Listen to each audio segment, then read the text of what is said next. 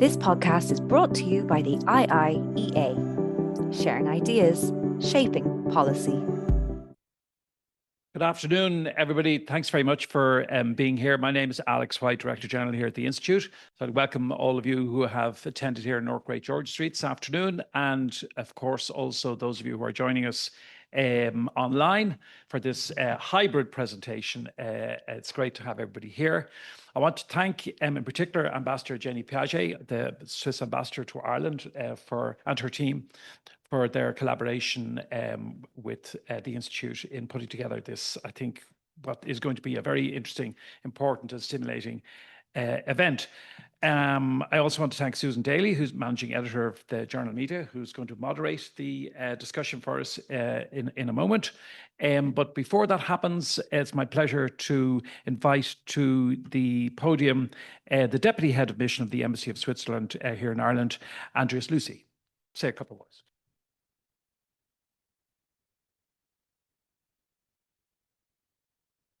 Thank you very much, Alex.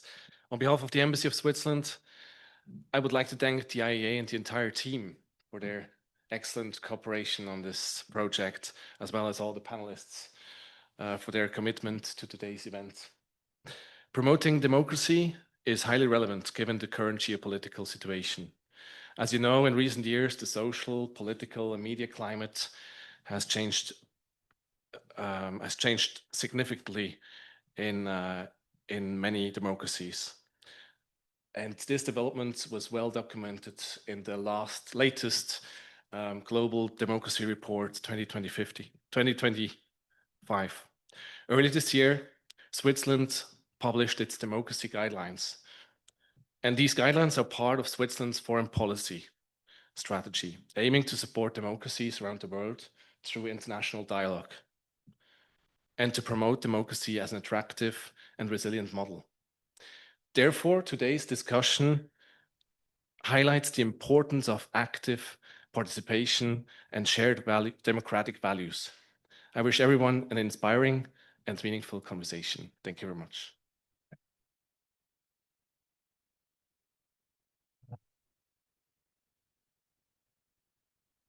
Welcome, everybody. Thank you for coming and sparing your lunchtimes to us.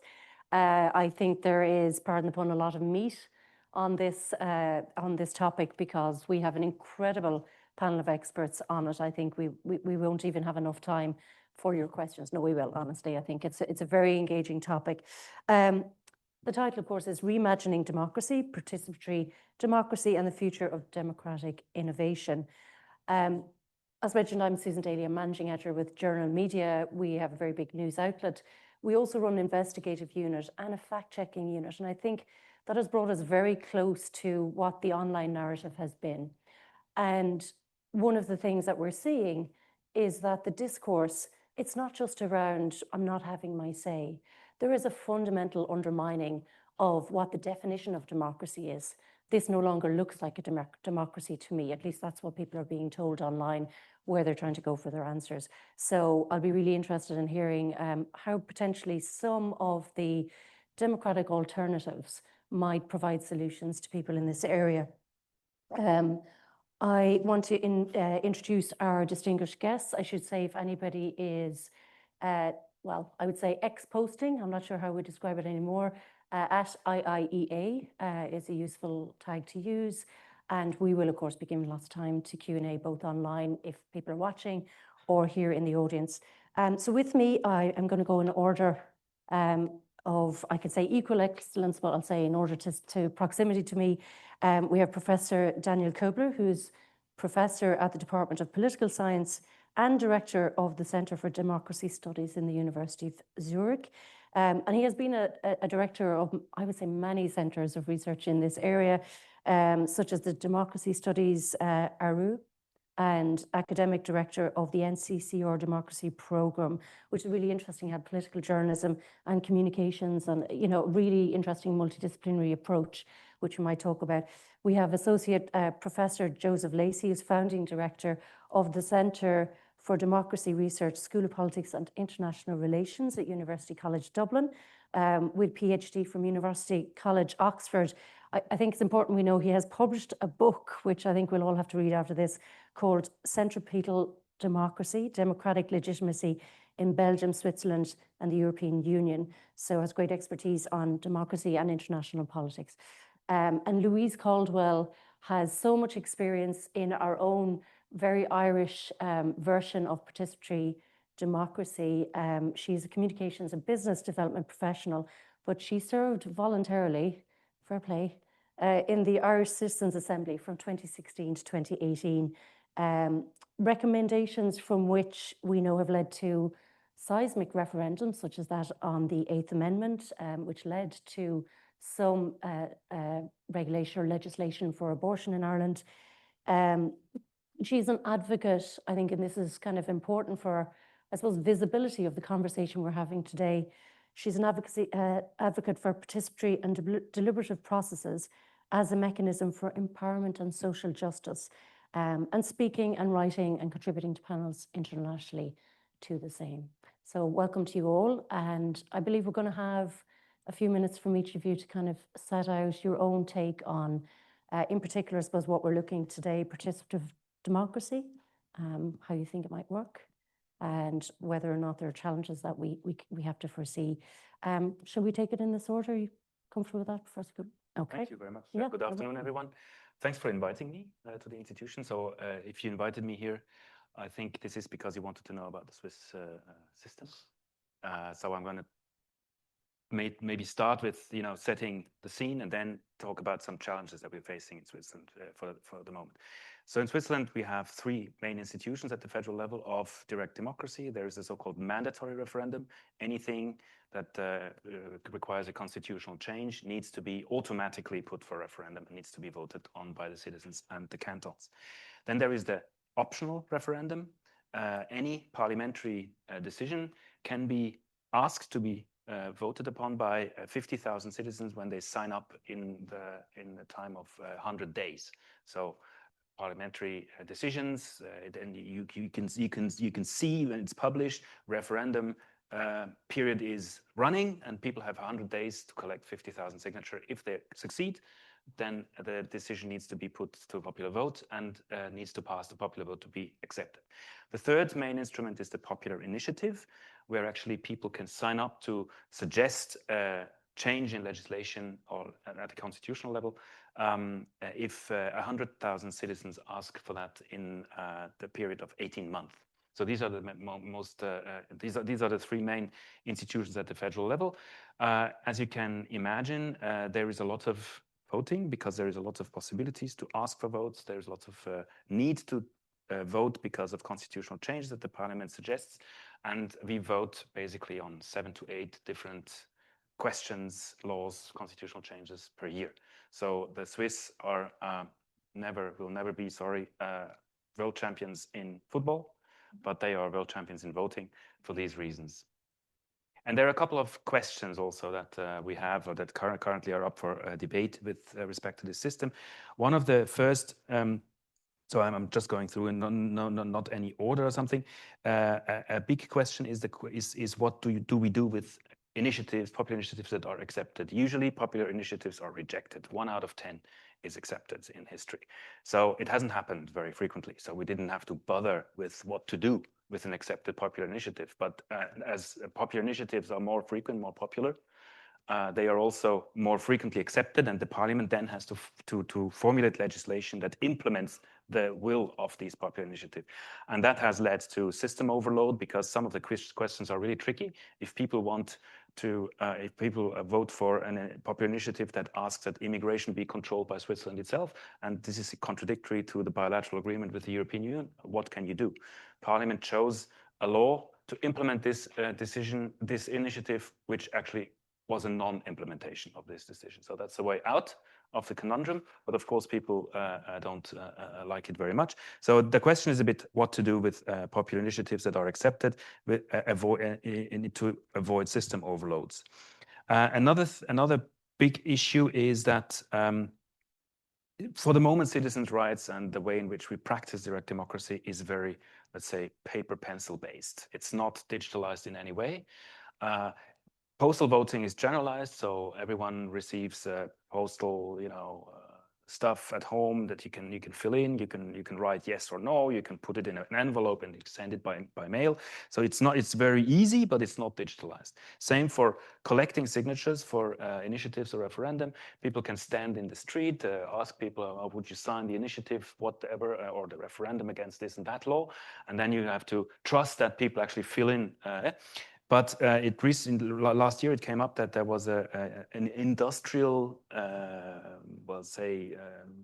cheating in signature collection, and this undermined heavily the trust in this institution. And the federal chancellery, who's in charge of this, has not found a way out. The easiest thing would be to digitalize everything. But then, of course, there is the question of is this too much of a control on citizens? So that's another conundrum that is not solved. The third one is that campaign funding has always been an issue. Campaign funding has been protected.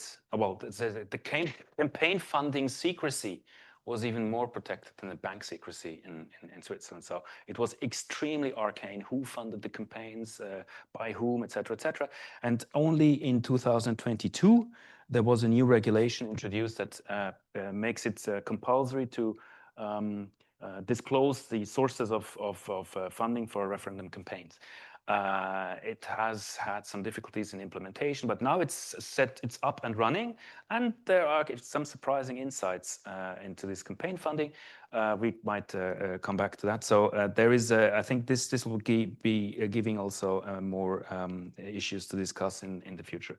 So these are, I think I'll leave it at that for the moment. So as you can see, we're maybe champions in voting, but we don't have every problems. It's not without problems, not without issues, and there are many issues that are still under discussion that we have to solve. I think that's a great. We will come back to that question of maybe weaponizing these processes in some way. If you can influence the conversation online in general, can you also influence something where there's a lot of participation? So that's really. I will be back to you on that. Would you like to give us a few words there, Jess? So thanks again to everybody for the invitation. And I guess I'll just start off by saying that I'm a big fan of both referendums and citizens' assemblies, with the crucial caveat being when they're designed correctly.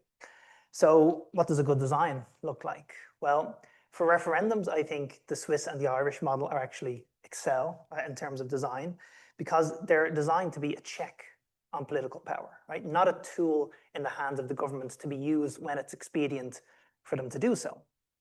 So if you take the Brexit referendum, for example, this wasn't a check on power. It was an attempt to solve a failure in the British party system to solve the Europe question. So just think of how absurd it is that David Cameron decided to call this referendum to stop squabbles in his own party, and then he actually goes and campaigns for the EU to stay, or for the UK to stay in the EU, which being the status quo. Now, think of Ireland. The government first has to form a will to do something, to change the constitution. Ireland, the government needs to say, we want to do X. Then a referendum is automatically triggered to make sure that the people are okay with that. So our referendums are a check on power. They're inconvenient for the government, and I think that's how it should be. And I think referendums in Switzerland, like the optional referendum and the mandatory referendum in particular, serve this check on power as well. So in terms of a citizens' assembly, what does a good design look like? Well, fundamentally, citizens' assemblies are about deliberation, right? They're, which is reason giving for what is in the best interest of the political community. So for this, you need a good amount of time to consider it. You need access to expertise and good facilitators. And there are two thornier issues, though. That's all fairly straightforward. There are two thornier issues that I'd want to discuss. So the first thornier issue is who should be included in the assembly. And the second is what kind of authority the assembly should have, and even what kind of authority it should seem to have by politicians and by citizens. So on the first question of who should be selected, I don't think there's just one answer. So I think there's several ways of doing it, and Ireland has a couple of examples as to how to do it. So in the 2013-2014 Convention on the Constitution, it included 2/3 citizens randomly selected and 1/3 politicians. And a critique of the time was that, well, this would not be a pure assembly, right, because it had politicians and they're going to take over the process. That didn't happen. Politicians gave great contributions, and with good facilitation, they didn't dominate the discussion. So that worked well. The 2016 Citizens Assembly was, again, a pure assembly, 99 citizens, and everyone after that has been a pure assembly. And that worked really well too. So I'm not sure that there's one design necessarily in terms of who should be participated, whether politicians should be excluded, and so on. I think so long as the facilitation is done right, it's the key. Then on the second issue concerning what authorities assemblies should be given or seen to have, I think it should always be consultative to help inform our elected representatives.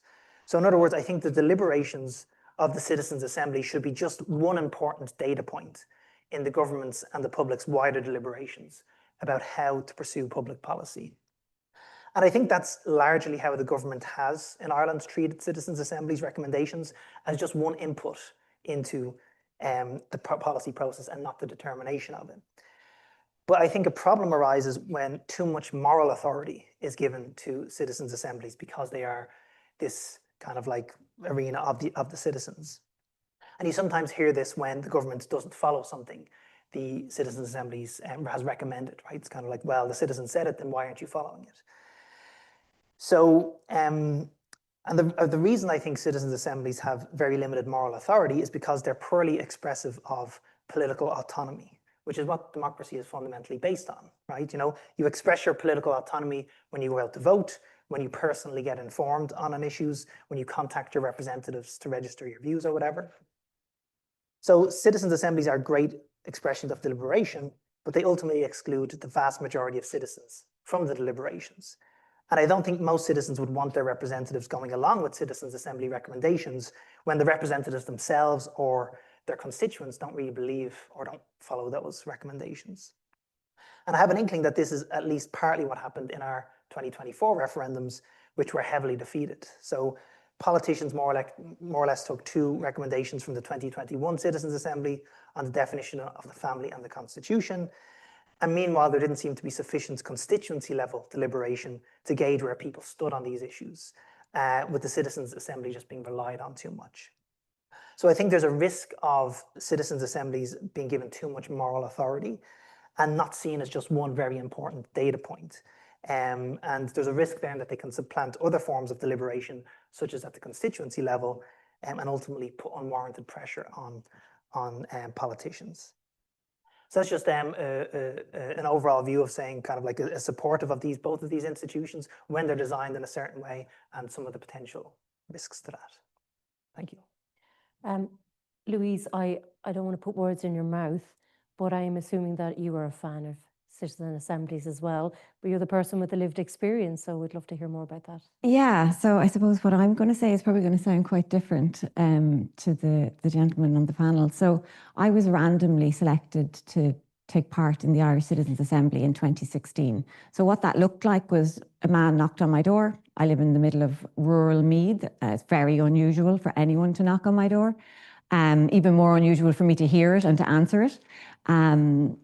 So I had been at home all summer with my kids, and this man was from a polling company, and he was explaining to me that they were putting together a panel of people randomly selected. We were going to talk about some issues related to society, and it would involve going to a hotel once a month. And I thought, once a month, having grown-up conversations out of this house, sign me up, right?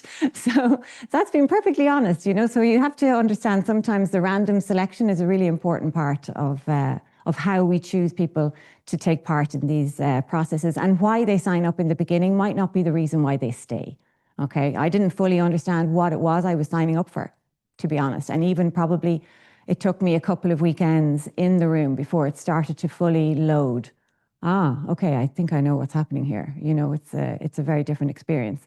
So what that did for me was it ignited a civic spirit that was previously dormant, essentially. I mean, I had never been involved in politics. I'd never done really any activism work. I'd never, I voted always, but, and I think probably what happened for me was a very deep personal transformation. And I wasn't the only one. I know this for sure, because I've had many conversations with other assembly members, in that we learned that we actually have capacities that we didn't realize we had to have very difficult conversations, to process really difficult and complex information, to synthesize that information in a way that was allowing us to make recommendations to the Oireachtas. And essentially what we did in that particular topic of the Eighth Amendment was we drafted the legislation, essentially, you know, in those 5 weeks.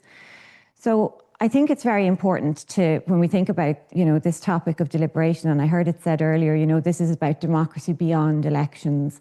And I think that's a really core piece here. It's what can we do to ignite a civic spirit in people who are overwhelmed and who are already feeling like life is too much and there's too much information.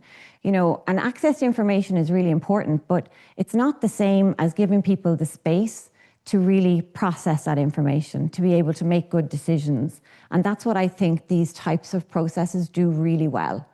And I feel like, you know, when I'm imagining what it was like for me back in that time, you know, you mentioned, Joseph, you know, that it's just 99 people. You know, are we truly representative? What was really interesting was, of the people I spoke with, and we were at different tables every weekend, so we were always being mixed up with different people. You know, people were there with the civic sense of, I am here to represent people that I know and that I think of in my community. And also people maybe then, as you go through the weekends, people that you can widen your view and go, okay, well, I'm not directly affected by this, but what if I ever was, or what if somebody I knew was? So it's kind of constantly widening, you know, the capacity to be able to try to consider what is in the best interest of society, you know, in the context of where we were at that time. I think that the dialogue and the process that happens in a Citizens Assembly is equally, if not more important than the outcomes. I don't think that gets enough attention. You know, we're very often focused on, oh, well, these were the outcomes. And I think what can be missing is that the process in itself is a transformative process for the people who take part.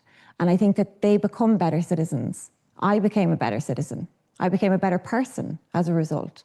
And I think that that's not just me. And we've now probably got like 1,000 people who've been through the Citizens Assembly in Ireland. You know, I guarantee they're all out there doing more stuff than they would have done before. You know, so in itself, that was an intrinsically valuable process to put these people through, regardless of the outcomes. So that's the little piece I like to say. The other piece I wanted to pick up on was, you know, Daniel, you were mentioning about, you know, the paper and the pencil based. You know, there's so many more tools that are available now for digital participation, and not just on a national level. And I think this is where in Ireland we've really focused in on the National Citizens Assembly on very large topics. But I think there's lots of other tools that we could be using. You know, there's mini publics, which are, you know, light. You know, they're stealth. You know, not stealthy. The other word. What is it? They don't cost as much. They don't, you know, they don't take as long to organise. They don't require as many people, but they can be used very successfully for local level. I think we have a really close connection to our electorate in Ireland, which is very unusual in, you know, a global context. But how we make decisions and how we do participation in county councils, for example, or at that level, could be much more participative.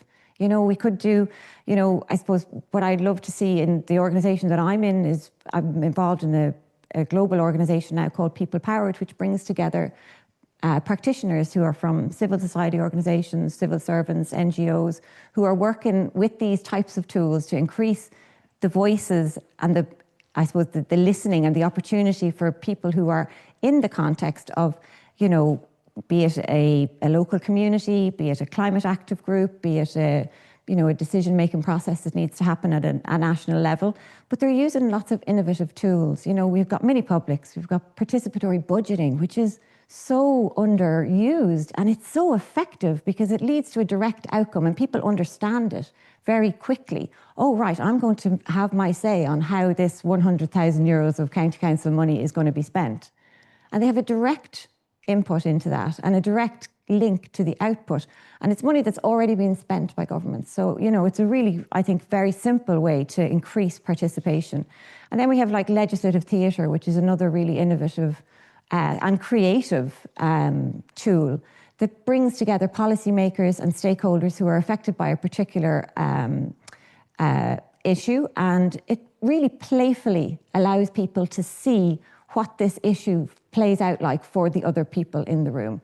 a very good example of that is Manchester City and Borough County Council did one in relation to homelessness, which brought together, you know, the mayor, and it brought together all the senior stakeholders. And they had a transformative experience of understanding and playing with and playing the roles, and they make a little play and they acted out of what exactly is the experience of somebody trying to do this job within the existing system. And it allowed policymakers to go, I can see now what the problem is. So there's lots of different tools like that that are really transformative and that are very much participative and that can be really inviting and engaging and community building, because people can see the other experience of the other person in a way that is very difficult to communicate in any other way. That's all I have for now.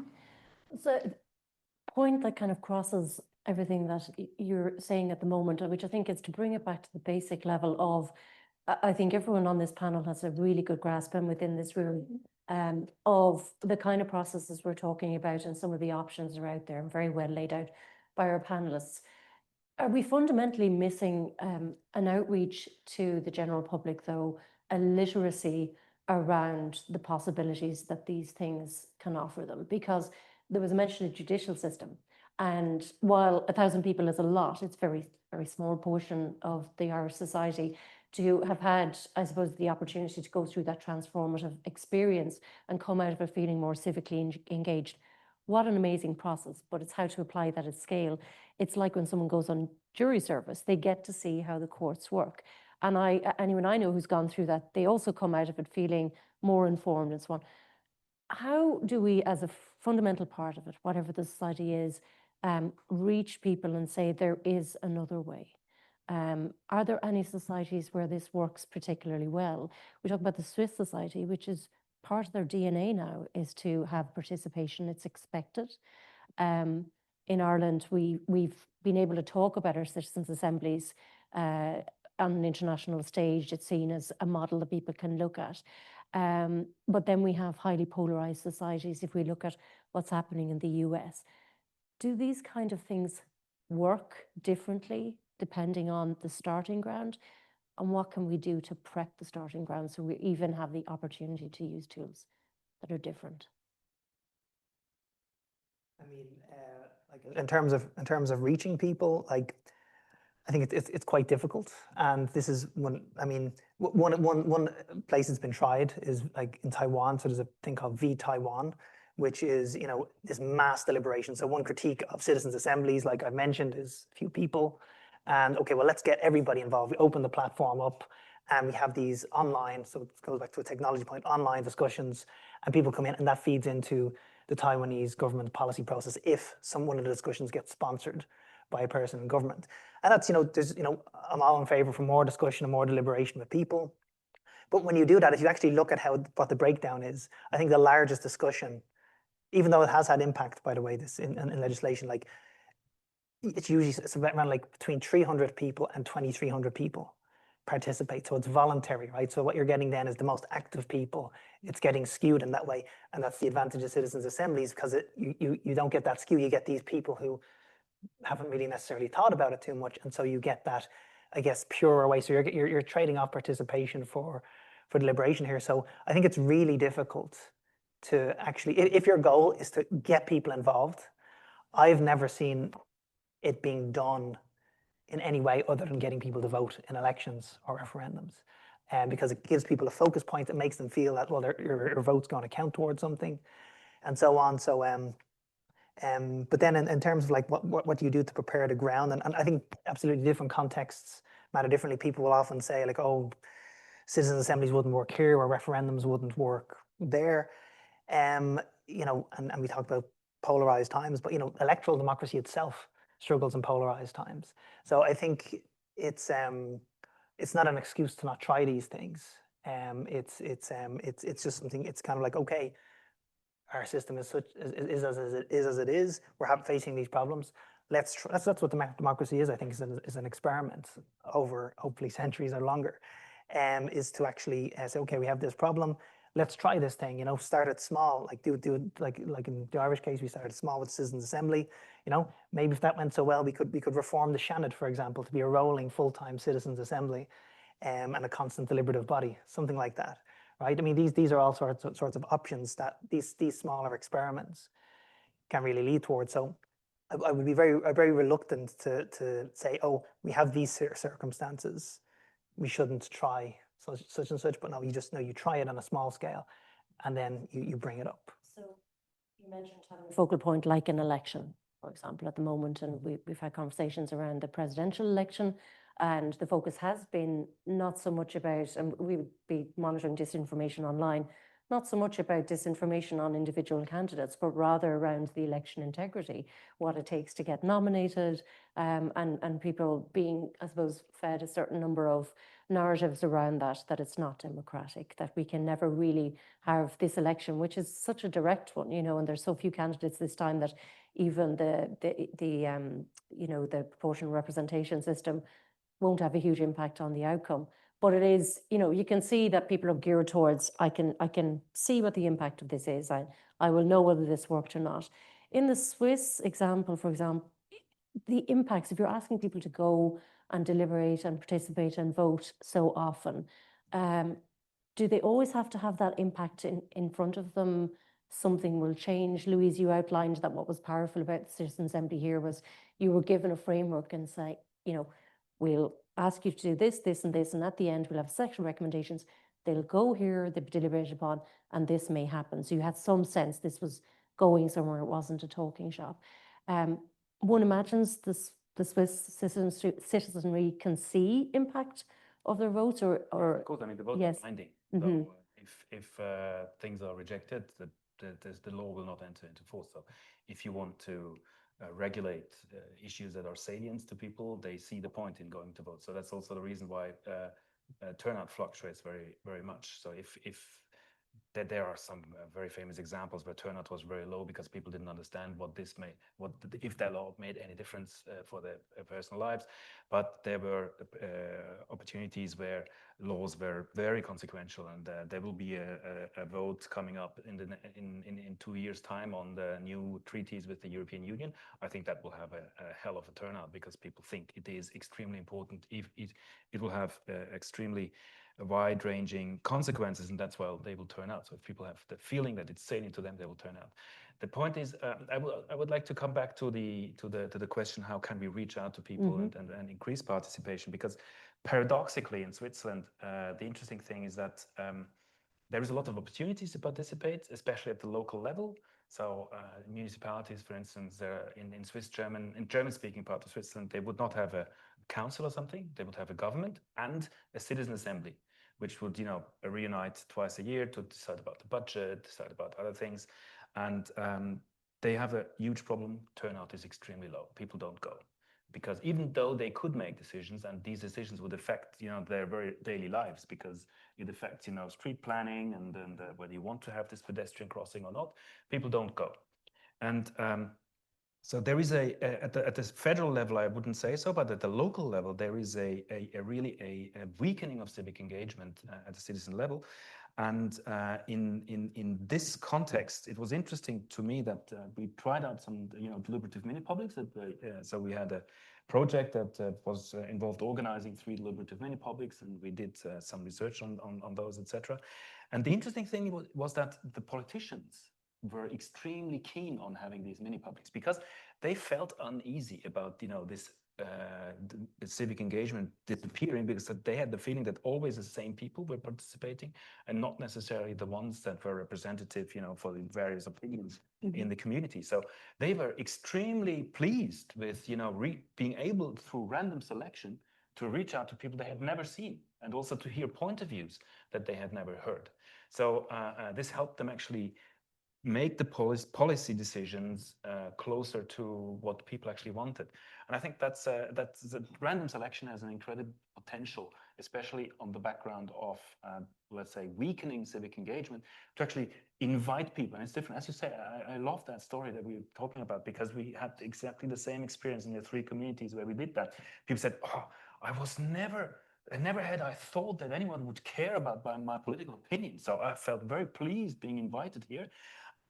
A few of those people actually then started to get interested in politics and started to, to join a party in the local community, run for office. And I even have a political science student who actually was became a political science student because he was politicized in one of those mini publics. So I think, let's say, awakening the interest for politics and make people understand that in a democracy you have a say, you can make a difference. I think that's the most important thing. And probably the time being, we have to invite people more to actually ask for what they think, not just waiting that they come. I think this might indicate that they'll work more powerfully then in a society or a political system that welcomes the input of its citizens. So, you know, it's kind of relates back to that question. There was, you know, Citizens Assemblies are having a moment when the New Yorker writes a multi-thousand-word article on it, which I've read. It's from just over a year ago, but there was a quote from it where these gatherings do what most democracies only pretend to: trust normal people to make decisions on difficult policy questions. Now, the Irish Citizen Assemblies, the one you were talking about specifically, were involved in, Louise, that was quite a sensitive subject.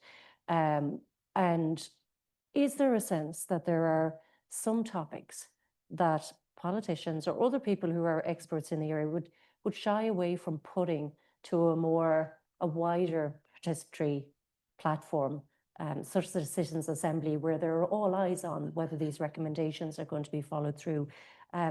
Or how does that get managed? Louise, did you sense any reluctance, or was it built in from the start that, you know what, we trust people to have good conversations?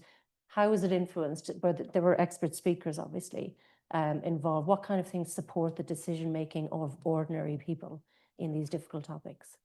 Well, I think, first of all, not every topic is suited for a citizens' assembly, you know. And I think one of the things I came away with very strongly was a real appreciation for how difficult a task politicians actually have making good decisions with lots of really complex information coming at them all the time from all angles. So, you know, that was a significant outcome for me. It was a new appreciation of how difficult that job is, and an absolute certainty that I would never want that job. So, but I think that, you know, how ours were structured, for example, in the meetings where we were deliberating on the Eighth Amendment, it was set up that we were coming towards a referendum question, which is going to be a yes or a no. Okay, so that's important. So when you have a yes or a no, then you have panelists and speakers who are either one or the other. And we would have had medical, legal, ethical speakers across all of the weekends from both sides. They never said which side they were from, and sometimes it wasn't immediately apparent, actually. But there was always a balance in the information that we were receiving. And that sometimes absolutely bamboozled us, can I tell you, because it really did make it much more difficult then, because you could be listening to someone going, yeah, agree with what he said, yeah. And then the opposite side would come up and you'd be, yeah. It's like, oh God, I agree with both, but I actually can't agree with both. So what does that mean then? And that's where the meat of the deliberation comes in. You know, and then we would have, at the round tables, we would have conversation starters. They're very important. When you talk about design, I could see much further in the process, you know, several topics later, how important those questions are and how, you know, it's really influential on how the discussion goes at the table. You know, those conversation starters, they can frame a direction of a conversation quite significantly, which is why very good facilitation is really important, to make sure that each person is invited to give their opinion, even if, you know, you've got very quiet people at the table. You know, there's a note taker who has his little grid and he has to put something in for everybody. So, you know, you really have to talk, even if it's just to say no. You know, you have to say something. So I think that the design of the process is really important in how the topics are deliberated on. But not all the topics and not all of the, you know, it doesn't always need to lead to direct action, you know, like a referendum. In the climate weekends, you know, that took a long time for the recommendations to actually filter down into, you know, the Climate Act and different things like that, you know, and there's still a long tail of activity that's been drawn on from those recommendations and from those deliberations. So while it mightn't always have an immediate kind of, oh, well, that had an outcome, there's still value in the deliberation and the thoughtfulness and the time given to deep consideration of complex things that have maybe a longer term impact on society than the political cycle, you know. Yes, so I think, Joseph, have you any examples of this being a challenge? There are certain subjects that shouldn't be put in front of the citizenry, or if they need a very particular framework. How do you have people talk about really complex? We talk about EU referendums ending up with the public. We've had experience of that in Ireland where we haven't always had success. We've had to kind of go back and explain again, and maybe the work wasn't put in. What works and doesn't work in that sense, or how do you feel about it? In terms of for referendums or for citizens' assemblies? For citizens' assemblies, and then on with that, what should or shouldn't go to referendums, I suppose, how informed the public is. Yeah, no, I think for what you want citizens' assemblies focusing on are kind of like ultimately like value-based. So like things that are very technical, for example, like, you know, should we, and actually there are some referendums in Switzerland that can be quite technical, like should we invest in this particular kind of military equipment or something, like, or I can't remember what it was I saw, but there's some of them can be quite technical. And I think kind of like more value-based things, like, you know, that obviously you need to have information and facts for values, but I think it's those kinds of decisions that work best. And for referendums, I think it's ones that have to do with something that's going to alter the direction of the political community fundamentally. Like, you know, this is what I think, you know, you need to have public buy-in for big things like the like treaties on the EU and so on. And I think, you know, I think these things, like while people were not necessarily happy with the deliberative process, and you might put some of that on the politicians for not really explaining the case very well in our Nice and our Lisbon referendums. But, you know, I think this kind of consultation really makes a difference. And Ireland and Denmark have been doing this. The UK was asked once in the 70s did they want to join, and never again until all of this tension boiled up. So if they maybe had a few more referendums like we did, saying, okay, well, do you want to be part of this? Do you want to be part of this? Maybe this kind of gives British citizens a bit more sense of control over their own destiny within the EU, rather than just kind of saying, well, you made your decision and that decision lasts forever until, as we saw in 2016, it doesn't. May I come to you, Daniel, before there's some great questions coming in online. I'm sure there's some in the room. Mike is...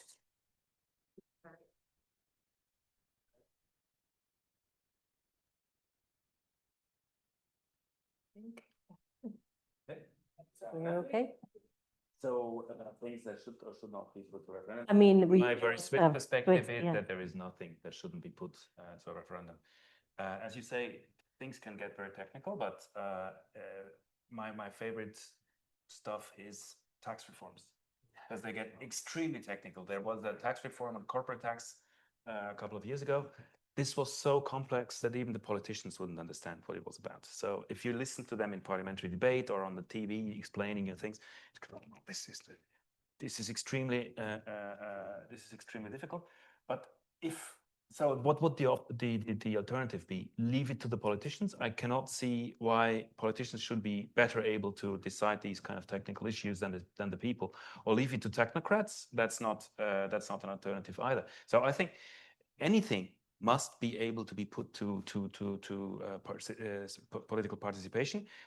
The condition that the decision then is well deliberated, well justified, is that there is a learning process that those who decide about these, be they politicians or citizens, go through to be able to make up their minds in a way that is commensurate with their own preferences in general political preferences.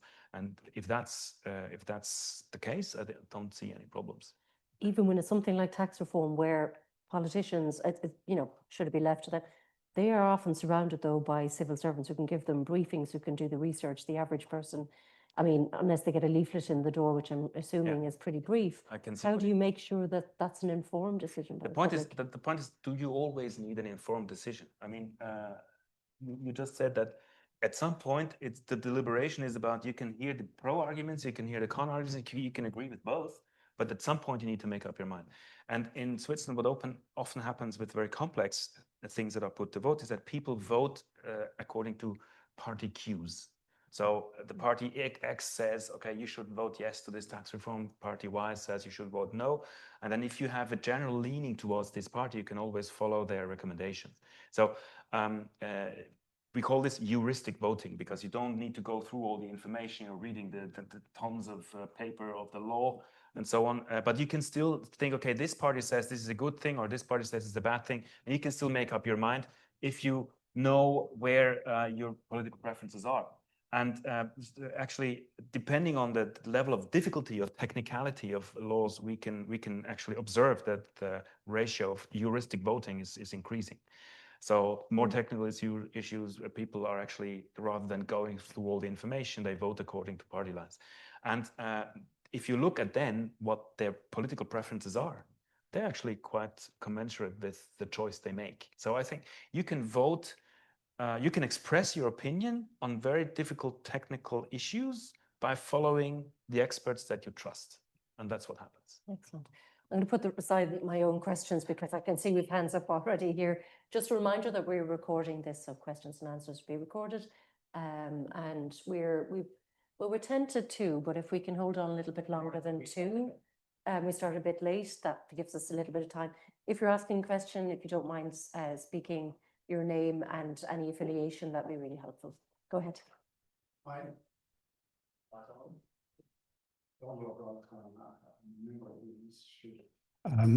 I too participated in the 2012 and the 2016 Citizens Assemblies, but in a different way. I made submissions, which had to be done in writing, and I also attended as an observer on days on the topics that I was interested in. And I just want to say that I fundamentally disagree with Professor Lacey that referendums in Ireland are a check and balance on government. They are not.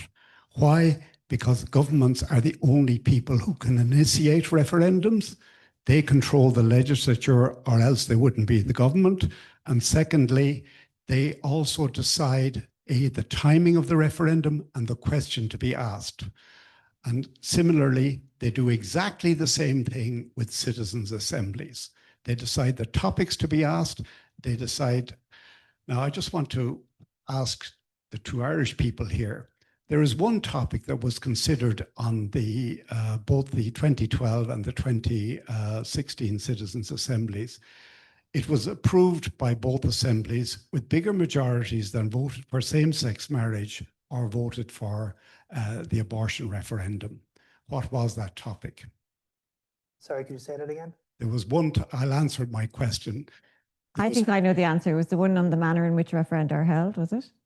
Yes, but the topic on which there was a bigger majority was that we should have citizens' initiative here in this state, as we did when the state was founded. The guy who brought citizens' assemblies here, David Farrell, has come out against the way in which it's been implemented here.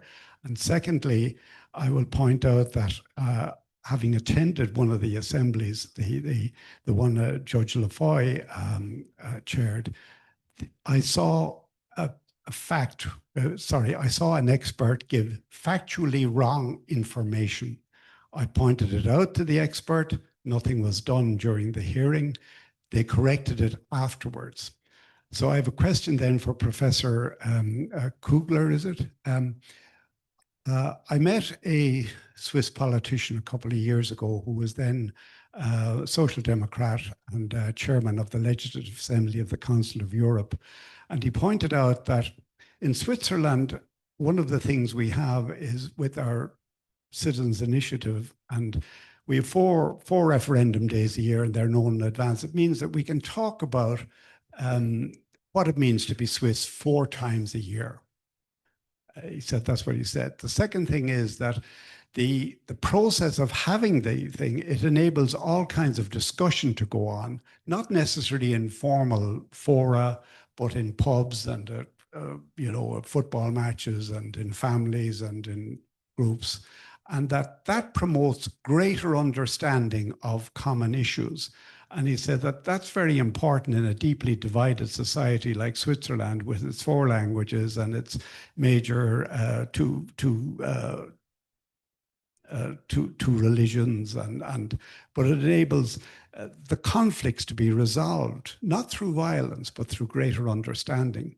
So my question for you is, in coming to the digitalization of the Citizens Initiative process, have you looked at the Lisbon Treaty, which brought in the European Citizens Initiative and also brought in a digital means of signing that? And is that a model that, despite its disadvantages, it's complementary to have you looked at this? It's complementary to the paper-based system.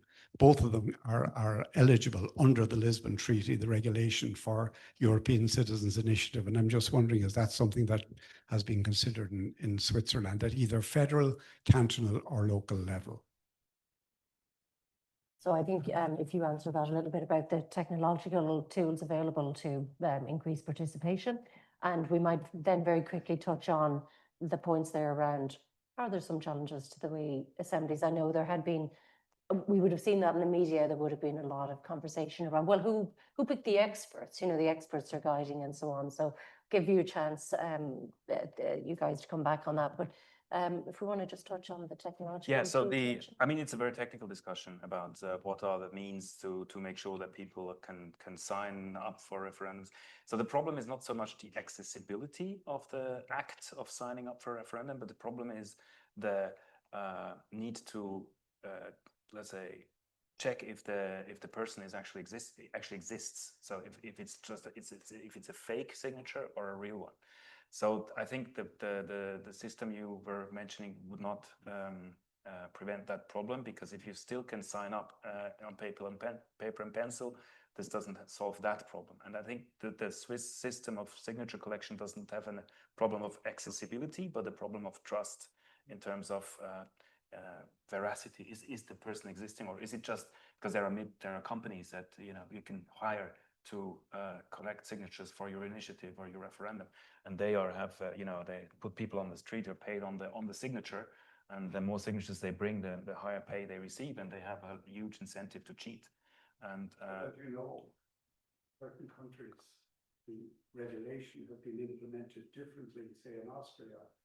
I know in Austria, but Austria has the problem that, so in Austria, for those who don't know, you have to go to the municipality, provide your ID, check, making sure that you are the person that is signing the thing. Mm-hmm. I think this is putting too much of a hurdle for the signature collection. In Switzerland, this would never pass, because the system works on the fact that it's very open and very easy to sign up for signature collection. So there's always the trade-off between putting too much of a hurdle to signature product and making sure that it's not a fake signature. And this problem is exactly the problem that is, it's the problem online as well. Yeah. There's always way-gaming the system. Very briefly, if I can, just because we have amazing questions here as well, Joseph and Louise, just if you want to have a little return there on, I suppose the dissatisfaction that some people might have had with those, and or maybe what we learn from that to kind of present a more robust assembly formation. Well, no process is perfect. I remember you actually from the assembly, but no process is perfect. I mean, and that's not giving free rein for people to, design processes that are not rigorously thought through. But, that's the reality of it. And then I suppose we would have, as assembly members, received, corrections. Often in between, we would have gotten emails. We had binders full of reading material ahead of each weekend. So I think we did the best that we could with what we had. You guys could ask for more expertise though, right? If you felt you needed. Absolutely. Yeah. And we did that. We added a whole other weekend, and we asked for a whole other slant on. We were tired of listening to experts, essentially, so we got a whole weekend of just listening to people who had been affected. Follow-up question on this one, because I was interested by the question on who defines what the assembly is going to debate. Mm-hmm. We had a mini public where the municipality actually formulated the question. And deliberately framed it in a way that they wanted to keep the discussion on this particular topic. But the mini public didn't bother. They discussed other topics all the same, and then came up with recommendations which were completely out of out of the frame that the government had imagined. These kind of things happen in Ireland? Yeah, like certainly there was unexpected outcomes, I think. Yeah, for sure. And we certainly felt that we had enough, I think, agency within our briefing, if you like, to be able to have an impact on how the assembly went. There was a steering committee of citizens who were part of the kind of in between the meetings, who would have worked very closely with the Secretariat on setting those questions and on making sure that the framing was still working for the people in the room. Yeah. Are you okay with that then? Yeah, absolutely. Yep. And just Yep. to say that like all of these things give a further reason for why, like the point, going back to the point, is that these should just be one part of a wider deliberation, because there are these different ways in which, like, okay, who chooses the expertise? Is everybody listening in the same way? Does everybody read the binder in a citizen? Say all of those kinds of things. So it's just kind of like, it's a really great input into our political deliberation. Almost a starting point for Yes. us as well. There's a link to that. I'm going to take one from online, if that's all right. John O'Brennan, who's a professor at Maynooth Universities, says a terrific discussion. Thank you all. Can I ask the panel what might be the best vehicle for a deliberative debate about the European Union? Is there a place for a permanent Citizens Assembly, for example, that could feed into Irish government positions at EU level? Is that welcome?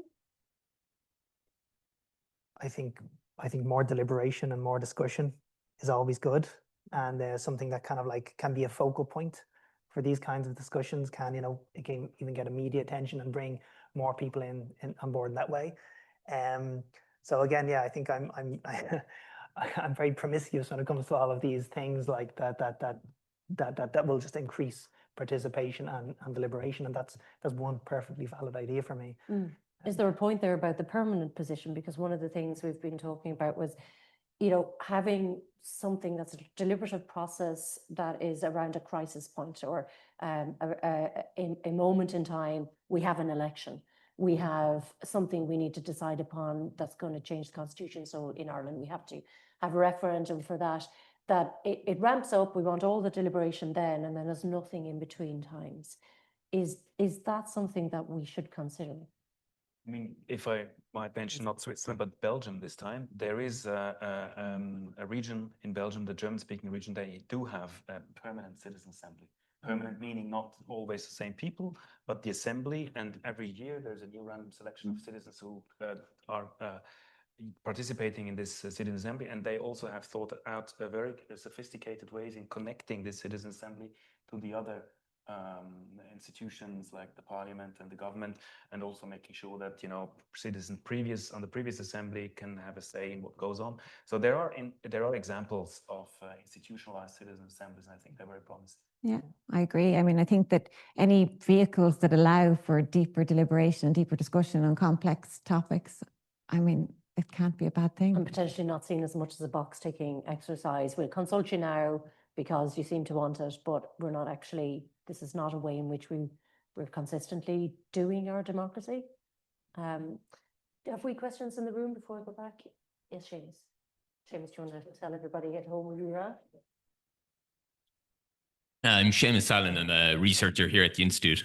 Thank you so much. The discussion was really interesting.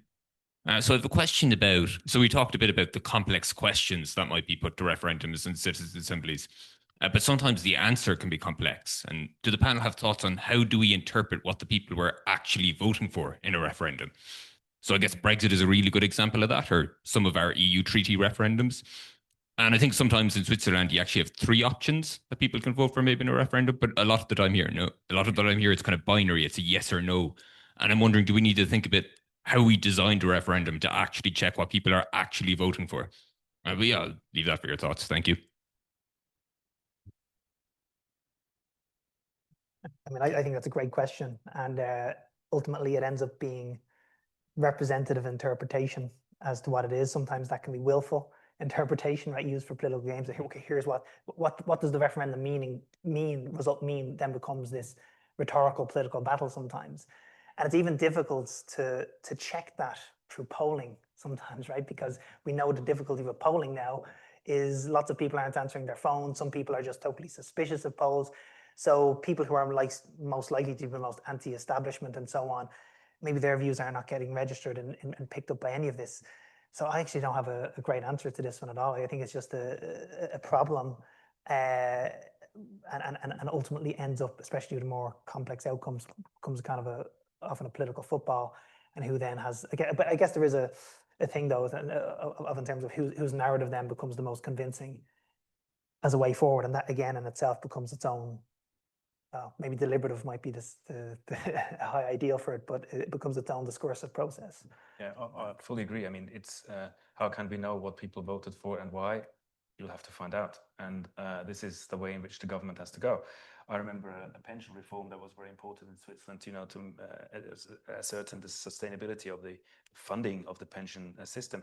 It was rejected for different reasons, and the government didn't know what to do. They asked we were in charge of the poll there, and my colleague went to see the minister and said, well, this is the reasons, this might be other reasons. And in fact, there was no answer. So the only answer was in the political process after this no to that pension reform to, you know, shape a new reform with the different things and then discuss them with everyone, consult with important players and so on, and then eventually find out if you have another go, if it's going to be accepted or not. So, well, the answer is in the process, you'll find out. Louise, there were loads of things spoken about, right, in your sessions. I mean, you can only put so many in, but did you get a sense of it was understood in general? Because you made your own synopsis, really, right? Yeah, I mean, how do you know if people are understanding something? I mean, it's difficult to check that even in an assembly process, you know. And there is also humans, you know, and we often hide our lack of knowledge behind kind of just agreeing with people or disagreeing with people, you know, that vulnerability that's required to be able to actually learn, you know, how we feel about things. That can be risky for people, you know, and I think that if it's supported at a table, you know, with good facilitation, it can invite that. But yeah, I think it's a great question. And I think, yeah, how do we know? I don't know. I don't know. Well, I don't know if this is a solution exactly. Barbara Meany online doesn't say exactly what Barbara's role has been, but she's talking about Ireland has well-developed rights-based child and youth participation structures, such as Corlin and Oak, local youth councils and the National Youth Assembly of Ireland. Would you have experience of these, of getting youth involved at that earlier level? And how would those support deliberative democracy? I mean, it's building a pipeline of at least creating that muscle of having critical thinking and discuss. I mean, is that the way it goes? Is there an example of that? How do you prepare people to start their voting life in Switzerland? So that's a good question. And the common sense answer is we don't, or not enough, because the polls show that compared to surrounding countries, Swiss young adults have less political knowledge than their peers in other countries. So we need to beef up on that. But there are youth parliaments and these kind of things. And I think the most important thing is that they need to be consequential in some way. So if you just reunite youth, young people to deliberate on a weekend and there is no consequence of what they suggest, that's super frustrating, and that will not motivate people to get involved. However, if you have a way of connecting these youth parliaments to the existing institutions, so like making a suggestion that the government then has to consider and at least debate, not necessarily accept, but at least debate and give reasons why the government thinks it cannot be followed or so, that would be a good way of making these instances more appealing to people, and I think the basic thing is to get people interested in politics, and that's probably a good way to go. I mean, is there a junior? Yeah, so I think if I would spend all my time and energy on this youth participation, because I think that's where the biggest opportunity is. I see a lot of the members of People Powered very heavily involved in participatory budgeting in schools to enormous success. You know, it's such a wonderful tool to teach civics, to teach voting, to teach participation through action that has direct outcomes. You know, you've got schools who maybe have a budget of 5,000 euros, and you ask all of the students to put forward their proposals for how this money should be spent. They all vote on it. They all have to pitch their ideas on why it should be this, why it should be that. And ultimately, the money gets spent on the winning project. I mean, that is the entire thing in a nutshell.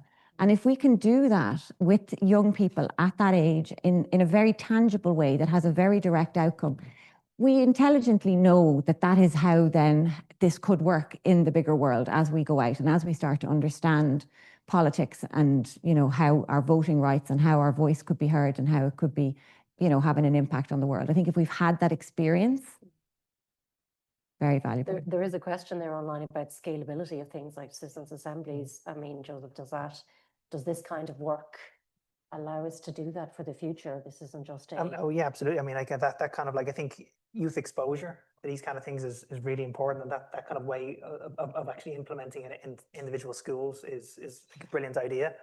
But you know, there's other ways in which kind of to get citizens or young people more aware as well. And you know, I remember hearing, you know, these proposals to like lower the voting age to 16 and so on, and I was kind of thinking that doesn't make sense. But the research coming out about that is really impressive, right? And in particular, like if you care about people participating and voting through their lifetime, the earlier you start, and this is very clear, the better. And if you do it once, you will continue. And if you have it in, so everyone's in school under 16, you give them the right to vote. So you know, the day of the vote becomes the school day. Everybody in the school goes together and vote. You can even have the structured deliberation around the vote. So you actually have people understanding, like, because you know, it's kind of like, oh, you're 18, you're out of school, go vote. Okay, what how do you vote? What's yeah. So actually almost automatically can become part of the school idea. And I think that I've been really compelled by the evidence for that, and I think that ties into youth involvement, and that would make more sense of the deliberation, even if I'm talking about efficacy, if it had a vote at the end of it. So well, it's interesting because driver education, you know, there's a lot of push to get that much more in schools, because as adults people will be out driving and it's seen as a basic skill, but the ability to participate in your democracy and have your say, getting people while you can actually teach them rather than setting them when they're free at 18, that makes a lot of sense. Can I check if there's, I know we're up against it, is there anyone else in the room I haven't gotten to? Or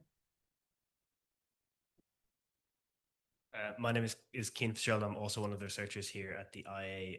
Just to Professor Kubler, you talked about this practice of heuristic voting, about taking indications from your party. But something I'm quite interested in that we didn't quite get to touch on is just the role of the information environment in these kind of participative processes. Just considering like the role of social media, people maybe have might take less indication from their own parties, but also the growth of social movements that are happening online, both for good and bad, and just a little bit of your reflections on that.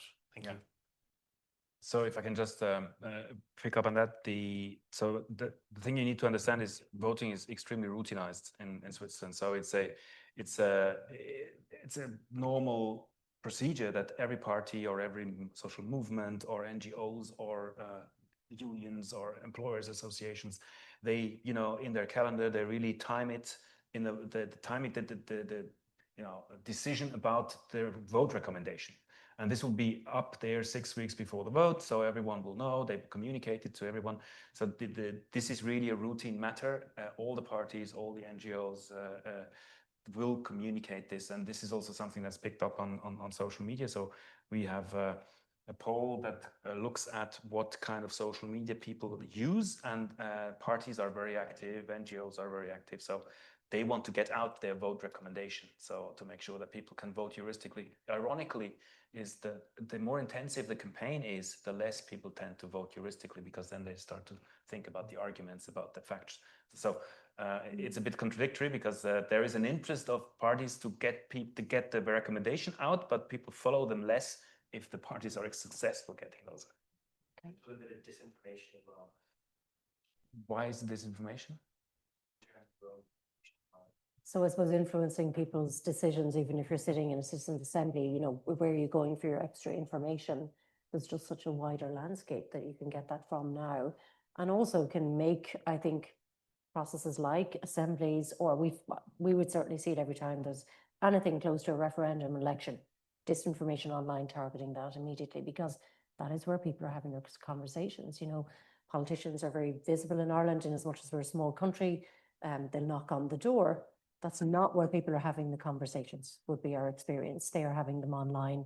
So is that a much bigger challenge now, to even when you were on the assemblies, You know, are people really still very influenced by the online conversations? How can we really fight back? Yeah, I mean, I'm going to hark back to get people in person, you know, give them the skills to have conversations. I think that's we're losing the art of how to actually speak to each other. And I think that the more time we spend online, and I think maybe it's at a tipping point now, but, you know, I think that information isn't necessarily what we're in need of. We're looking for guidance, which is not information. You know, we're looking for support with decision making, which is not just information. So they're different things, I think. Yeah. Joseph, do you want to have a final word before I'll have to let people go? If there was anything from Cian's question there. Yeah, sure. On disinformation, yeah, no, it's obviously a huge problem.